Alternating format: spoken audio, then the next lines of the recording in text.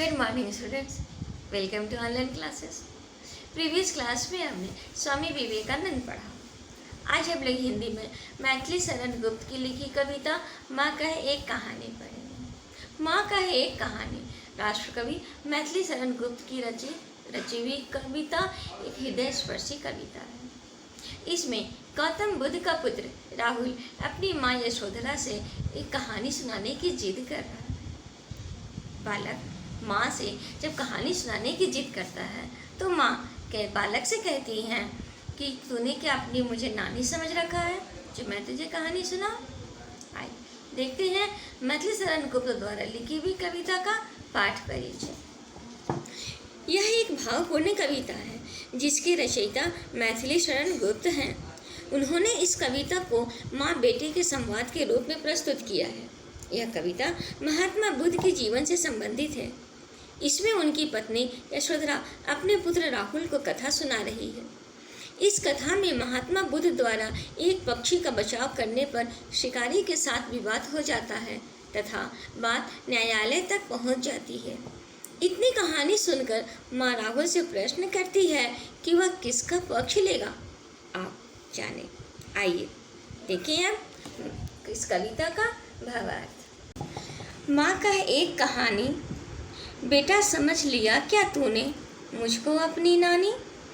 माँ कह रही है, बेटा कह रहा है माँ से कि माँ एक कहानी सुनाओ। उस पर उसकी माँ कह रही है कि बेटा क्या तूने मुझे अपनी नानी समझ लिया है, मैं जो तुम्हें अपनी कहानी सुनाऊं। मुझसे कहती है यह चेटी, तू मेरी नानी की बेटी। कह माँ लेटी ही लेटी, राजा था या रानी, माँ कह एक कहानी। इस पद्यांश में राहुल अपनी माँ से कहानी सुनाने के लिए कह रहा है और माता यशोधरा राहुल को कहानी सुना रही है। कह रही है, राहुल अपनी माँ यशोधरा से कहता है, माँ एक कहानी सुनाओ, राजा या रानी की कहानी सुनाओ। तो यशोधरा कहती है कि पुत्र तू जिद करता है तो सुन। तू है हठी मानधन मेरे, सुन उपवन में बड़े सवेरे, तात भ्रमण करते थे तेरे, जहाँ सुरभि मनमानी, जहाँ सुरभि मनमानी। हाँ माँ यही कहानी। वह कहती हैं कि एक दिन सुबह बगीचे में तुम्हारे पिता घूम रहे थे। वहाँ फूलों की सुगंध चारों ओर फैली थी। इतना सुनकर राहुल कहता है कि हाँ माँ यही कहानी सुनाओ। वर्ण वर्ण के फूल खिले थे, झलमल कर हिम बिंदु मिले थे, हल्के झोंके हिले मिले थे, लहराता था पानी, लहराता था पानी। हाँ हाँ यही कहानी। इसमें रंग बिरंग के फूल खिले थे और उन पर ओस की बूंदें झिलमिला रही थी। हवा के हल्के हल्के झोंके चल रहे थे, तालाबों में पानी लहरा रहा था। हाँ हाँ माँ। तो फिर राहुल इतना सुनते ही कहता है, हाँ हाँ माँ यही कहानी सुनाओ। गाते थे खग कलकल स्वर से, सहसा एक हंस ऊपर से, गिरा बिद्ध होकर खरसर से, हुई पक्ष की हानि, हुई पक्ष की हानि, करुणा भरी कहानी। जब वो कहानी सुना रही थी तो उसी समय पक्षी कलकल की आवाज करते हुए गा रहे थे।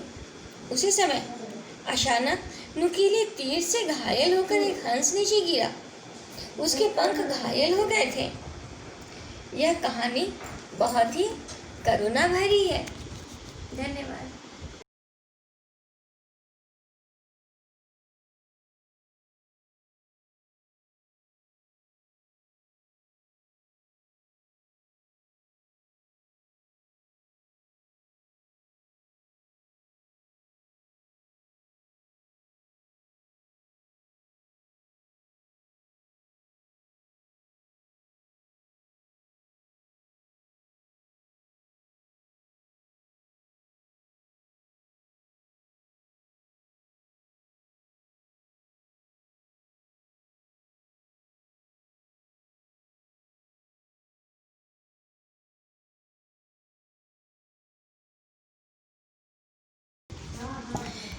चौंक उन्होंने उसे उठाया, नया जन्म सा उसने पाया, इतने में आखेटक आया, लक्ष्य सिद्धि का मानी, लक्ष्य सिद्धि का मानी, कोमल कठिन कहानी।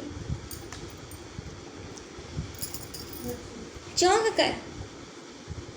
कर उन्होंने उस पक्षी को उठा लिया। किसने? राहुल ने जब चौंक कर उस पक्षी को उठा लिया। पक्षी को लगा, उसे उठाते ही पक्षी को लगा कि उसे नया जन्म पा लिया है। और जब जैसे ही उसने पक्षी को उठाया, थोड़ी ही देर में शिकारी, आखेटक अर्थात शिकारी, वहाँ आया और अपने अचूक निशाने पर खुश होता हुआ वहाँ पर पहुँचा। उसे अपने लक्ष्य पर बहुत घमंड था। यह कहानी कोमल और कठिन भावनाओं वाली है। मांगा उसने आहत पक्षी, तेरे दांत किंतु थे रक्षी, तब उसने जो था खग बख्शी, हट करने की ठानी, अब बढ़ चली कहानी। आखेटक अर्थात शिकारी जब घायल पक्षी पर अधिकार जताना चाहा, तो तुम्हारे पिता उसकी रक्षा करने वाले थे। तब मांस खाने वाला वह व्यक्ति उसे वापस करने की जिद करने लगा। वह कहने लगा, मैंने इसे बाण मारा है, यह पक्षी तो मेरा है, आप इस पक्षी को मुझे दे दे। और इस प्रकार यह कहानी आगे बढ़ चली। हुआ विवाद सदैव निर्दय में, उभय आग्रही थे स्वतिशय में, गई बात तब न्यायालय में, सुनी सभी ने जानी, व्यापक हुई कहानी। दयालु और निर्दयी में कहा सुनी होने लगी, अर्थात तुम्हारे पिता और शिकारी दोनों में विवाद होने लगा। दोनों ने अपने अपने विषय पर तर्क कर रहे थे। जब बात राज्य में न्यायालय में गई, तब सभी लोगों ने इस कहानी को सुना, जाना, और यह कहानी व्यापक हो गई, अर्थात बढ़ गई। राहुल, तू निर्णय कर इसका, न्याय पक्ष लेता है किसका, कह दे निर्भय जय हो जिसका, सुन लो तेरी बानी, माँ मेरी क्या बानी, मैं सुन रहा कहानी। यशोधरा राहुल से कहती है, बेटा तू ही इसका निर्णय कर कि न्याय किसकी तरफ होना चाहिए। तू निर्भय निडर होकर बता कि जीत किसकी होनी चाहिए, मैं तुम्हारा भी न्याय सुन लूँ। राहुल कहता है कि माँ मैं क्या बोलूँ, मैं तो कहानी सुन रहा हूँ। कोई निरपराध को मारे, न्याय क्यों कर उसे उबारे, रक्षक पर भक्षक को वारे, न्याय दया का दानी, तूने सुनी कहानी। यदि कोई अकारण, बिना अपराध के किसी पक्षी को मारे या किसी को मारे, तो क्या दूसरे की रक्षा नहीं करनी चाहिए? मरने वाले से रक्षा करने वाले बहुत महान होता है। न्याय सदैव तो दया का पक्ष लेता है।